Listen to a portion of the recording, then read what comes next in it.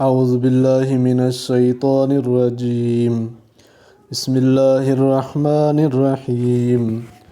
قالوا یا موسیٰ انا لن ندخلها ابدا ما داموا فیہا فاذهب انت وربک فقاتلا انا ہاہنا قاعدون۔ قالوا یا موسیٰ، بولے اے موسیٰ، انا لن ندخلها، ہم ہرگز نہ جائیں گے، ابدا ما داموا فیہا، ساری عمر جب تک وہ رہیں گے اس میں، فاذهب انت وربک، سو تو جا اور تیرا رب، فقاتلا انا ہاہنا قاعدون، اور تم دونوں لڑو، ہم تو یہیں بیٹھے ہیں۔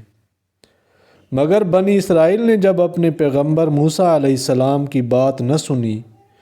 تو ان دونوں بزرگوں کی کیا سنتے؟ پھر وہی جواب اور زیادہ بھونڈے انداز سے دیا کہ فاذهب انت وربک فقاتلا انا ہاہنا قاعدون، یعنی آپ اور آپ کے اللہ میاں ہی جا کر ان سے مقابلہ کر لیں، ہم تو یہی بیٹھے رہیں گے۔ بنی اسرائیل کا یہ کلمہ اگر استہزاء کے طور پر ہوتا تو صریح کفر تھا، اور اس کے بعد حضرت موسیٰ علیہ السلام کا ان کے ساتھ رہنا، ان کے لیے میدان طیہ میں دعائیں کرنا، جس کا ذکر اگلی آیت میں آ رہا ہے، اس کا امکان نہ تھا۔ اس لیے ائمہ مفسرین نے اس کلمے کا مطلب یہ قرار دیا کہ آپ جائیے اور ان سے مقابلہ کیجیے، آپ کا رب آپ کی مدد کرے گا، ہم تو مدد کرنے سے قاصر ہیں۔ اس معنی کے اعتبار سے یہ کلمہ کفر کی حد سے نکل گیا، اگرچہ یہ جواب نہایت بھونڈا اور دل آزار ہے۔ یہی وجہ ہے کہ بنی اسرائیل کا یہ کلمہ ضرب المثل بن گیا۔ غزوہ بدر میں نہتے اور بھوکے مسلمانوں کے مقابلے پر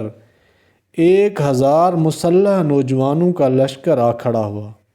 اور رسول کریم صلی اللہ علیہ وآلہ وسلم